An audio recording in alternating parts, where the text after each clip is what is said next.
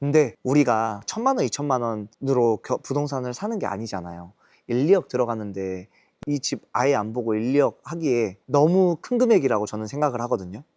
우리가 무언가 물건을 사더라도 가서 보고 물건을 사는데 1억짜리, 2억짜리, 많게 10억짜리 이런 거를 안 보고 보는 거는 제 순리에 맞지 않다라고 생각을 들어요. 내가 얼추 짐작이 확신이 있을 때는 안 보고 할 수도 있겠지만 처음이면 저는 오히려 더 어떻게 해서든 보려고 합니다.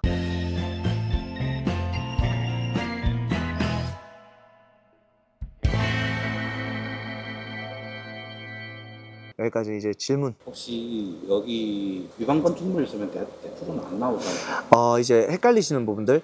위반 건축물이 있으면 내 물건에 위반 건축물이 없으면 나와요. 이것 또한 내 건물이지만 내 건물에 내가 일부분의 한호실을 갖고 있지만 내가 사용하는 공간이 위반 건축물이 아니면 대출은 나온다. 그 다음에 내 건물인데도 위반 건축물인데도 대출이 나올 수가 있는 것들이 있어요. 이제 오늘 저희가 대출 상담사랑 은행분이랑 통화를 했는데 어느 정도 한 1, 2평 정도 베란다 이렇게 판넬 같은 부분 있죠. 그런 부분들은 감안하고 대출을 해준다. 여기 옥상 같은 부분은 위반 건물이 어느 정도냐면 50제곱미터가 돼요.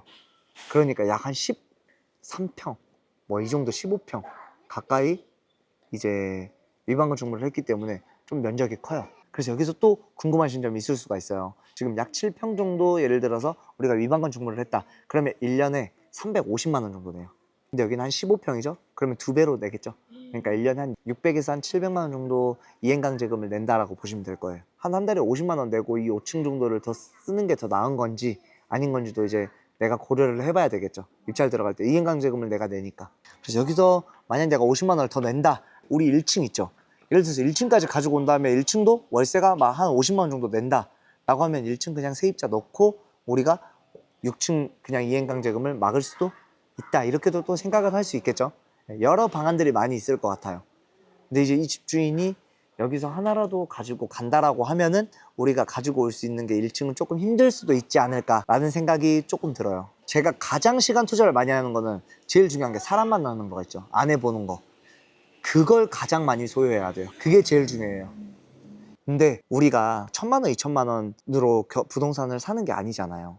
1, 2억 들어가는데 이 집 아예 안 보고 1, 2억 하기에 너무 큰 금액이라고 저는 생각을 하거든요. 우리가 무언가 물건을 사더라도 가서 보고 물건을 사는데 1억짜리, 2억짜리, 많게 10억짜리 이런 거를 안 보고 보는 거는 제 순리에 맞지 않다라고 생각을 들어요. 내가 얼추 짐작이 확신이 있을 때는 안 보고 할 수도 있겠지만 처음이면 저는 오히려 더 어떻게 해서든 보려고 합니다. 그리고 이제 이 생각도 있을 수 있어요. 이 다세대를 다각으로 바꿔야 되겠다. 이거 그냥 다 전부 다 받아가지고 바꿔야 되겠다 라고 하면 또 주차 문제랑 또 바꿔야 되는 부분들이 또 있거든요. 이런 부분들까지 하기가 힘들어요. 그러면 이제 여기서 진짜 실질적으로 이야기할 때 우리가 여기 뭐 관리비는 얼마네요 뭐 이런 것부터 해서 또 다 이야기할 수 있겠죠. 오늘 조사한 내용 중에는 주차장이 충분한지, 누수가 되는지, 뭐 전기 잘 들어오는지, CCTV 있는지 체크리스트가 있었는데 네.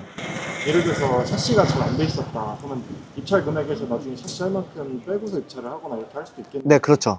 주차장 같은 경우에 부족하면은 내가 추가할 수는 없을 것 같거든. 네. 주차장이 부족하면 입찰 안 해야 되는 거고.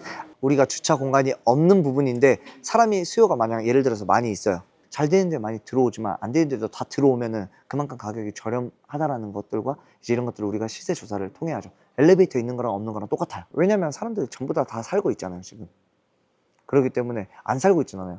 저희 건물 보면은 사람 다 살고 있잖아요. 근데 엘리베이터 있냐 없냐? 없어도 다 살아요. 그만큼 이제 시세 조사할 때 시세 차익이 어느 정도 있는지 이런 것까지 확인하는 게 좋죠.